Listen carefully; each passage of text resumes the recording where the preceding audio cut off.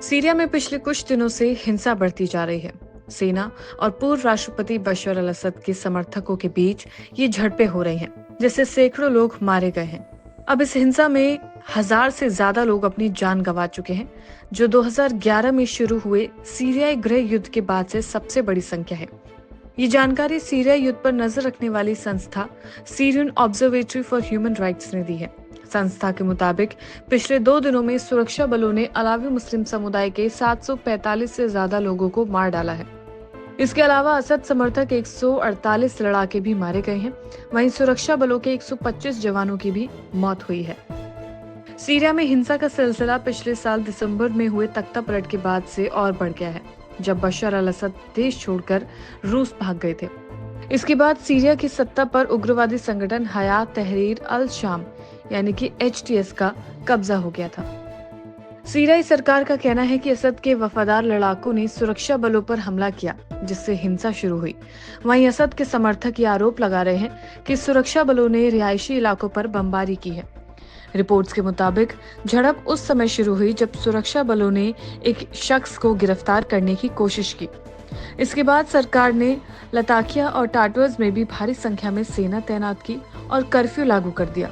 ये दोनों प्रांत अलावी समुदाय के गढ़ माने जाते हैं, जो असद के प्रति वफादार रहे हैं। इस हिंसा में सीरिया में सत्ता पर काबिज सरकार के लिए एक बड़ी चुनौती खड़ी कर दी है। सीरिया में यह हिंसा अब तक की सबसे बड़ी झड़प मानी जा रही है, जो बशर अल असद को सत्ता से हटाए जाने के बाद हो रही है। रिपोर्ट के मुताबिक जब 2016 में सीरिया का गृह युद्ध खत्म हुआ, तब से जुलानी ने अपनी लड़ाकों को मजबूत करने की दिशा में काम किया। उसने कई देशों से मदद लेकर अपनी सेना तैयार की। जैसे जैसे समय बीतता गया, सीरिया में राजनीतिक हालात बदलते गए। रूस, जो पहले असद का समर्थन करता था, अब सीरिया से अपनी सेना को वापस ले चुका था। 2022 में जब यूक्रेन में युद्ध शुरू हुआ और रूस वहां व्यस्त हो गया, तब जुलानी ने यह अवसर हाथ से नहीं जाने दिया और सीरिया में हमला किया। जुलानी ने सीरिया की सेना पर हमला करके सिर्फ 11 दिनों में राष्ट्रपति बशर अल असद को सत्ता से हटा दिया। 8 दिसंबर 2023 को रात के करीब 12 बजे, जब भारत में रात थी, तो एक खबर आई कि सीरिया के राष्ट्रपति बशर अल असद पूरे परिवार के साथ रूस भाग गए हैं। 27 नवंबर को जब सीरिया के विद्रोहियों ने अलेप्पो पर हमला किया, तो शायद असद ने नहीं सोचा होगा कि उनके शासन की उल्टी गिनती शुरू हो चुकी है। सुरक्षा सूत्रों के मुताबिक 6 मार्च को घात लगाकर किए गए हमलों के बाद असद के समर्थकों और सैन्य कर्मियों के बीच झड़पों में कम से कम 200 लोग मारे गए हैं। ये संघर्ष उस समय हुआ जब देश भर से नए प्रशासन के समर्थक इलाकों में उतर आए थे। अधिकारियों के मुताबिक समुदाय के दर्जनों लोगों की हत्या, उनके घरों पर हमलों के लिए मिलिशिया संगठनों को जिम्मेदार ठहराया गया। ये हमले बदले की भावना से किए गए थे, जो शिया अल्पसंख्यक समुदाय पर किए गए थे। बशर अल असद की भी शिया समुदाय से आते हैं और उन्होंने सीरिया पर 2 दशक से ज्यादा समय तक शासन किया है। सीरिया के मौजूदा प्रशासन का कहना है कि मिलिशिया संगठन सुरक्षा बलों की मदद करने के लिए आए थे। ये संगठन असद के समर्थकों को पीछे अपराधों के लिए दोषी ठहराते रहे हैं। ब्रिटेन स्थित Syrian observatory for human rights यानी कि SOHR ने कहा कि सीरिया के तटीय इलाकों में जारी लड़ाई 13 साल पुराने गृह युद्ध में सबसे भीषण हिंसा में से एक है। इस संस्था के मुताबिक सीरिया के तटीय क्षेत्र में से एक इस्लामाबादी शासकों और असद के अलावी संप्रदाय से जुड़े लड़ाकों के बीच 2 दिनों के संघर्ष में 1000 से ज्यादा लोग मारे गए हैं। ये हिंसा सीरिया के लिए एक नया संकट लेकर आई है, जिसमें कई पक्षों के बीच लड़ाई जारी है। सीरिया की स्थिति अब और भी जटिल हो चुकी है। यहाँ कई गुट ऐसे हैं जो एक दूसरे से भिड़ रहे हैं और शांति की कोई उम्मीद नजर नहीं आ रही है। इन सब घटनाओं ने सीरिया में युद्ध की स्थिति को और भी बढ़ा दिया है। ये संघर्ष केवल सीरिया तक सीमित नहीं है, बल्कि यहाँ एक वैश्विक संकट बनता हुआ नजर आ रहा है।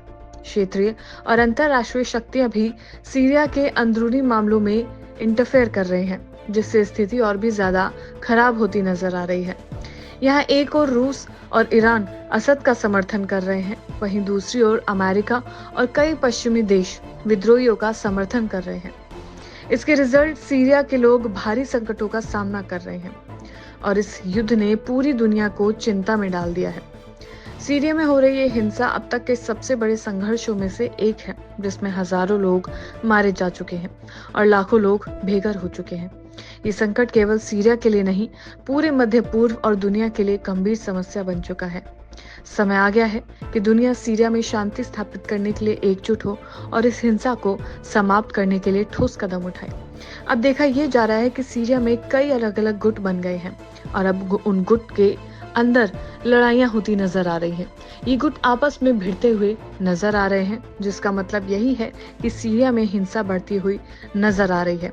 अब हाल ही में 1000 से ज्यादा लोगों का मारा जाना एक बहुत बड़े संकट का इशारा करता है और संकट लगभग आ चुका है। सीरिया में हो रही हिंसा अब तक के सबसे बड़े संघर्षों में से एक बताई जा रही है। हालांकि इन आंकड़ों पर नजर भी रखी जा रही है, क्योंकि सीरिया में ये जो हिंसा हुई है वो अब तक की सबसे बड़ी झड़प है जो बशर अल असद को सत्ता से हटाए जाने के बाद हो रही है। रिपोर्ट के मुताबिक 2016 में सीरिया का गृह युद्ध खत्म हुआ था। तब से जुलानी ने अपने लड़ाकों को मजबूत करने की दिशा में काम किया था और फिर हाल ही में वो कामयाब हुआ जब इस संगठन ने बशर अल असद को सत्ता से उखाड़ फेंका और कई सालों से दशकों से चलती आ रही सत्ता उजड़ गई। और जिसके बाद ये खबर आई कि बशर अल असद अपनी जान बचाकर रूस भाग गए हैं।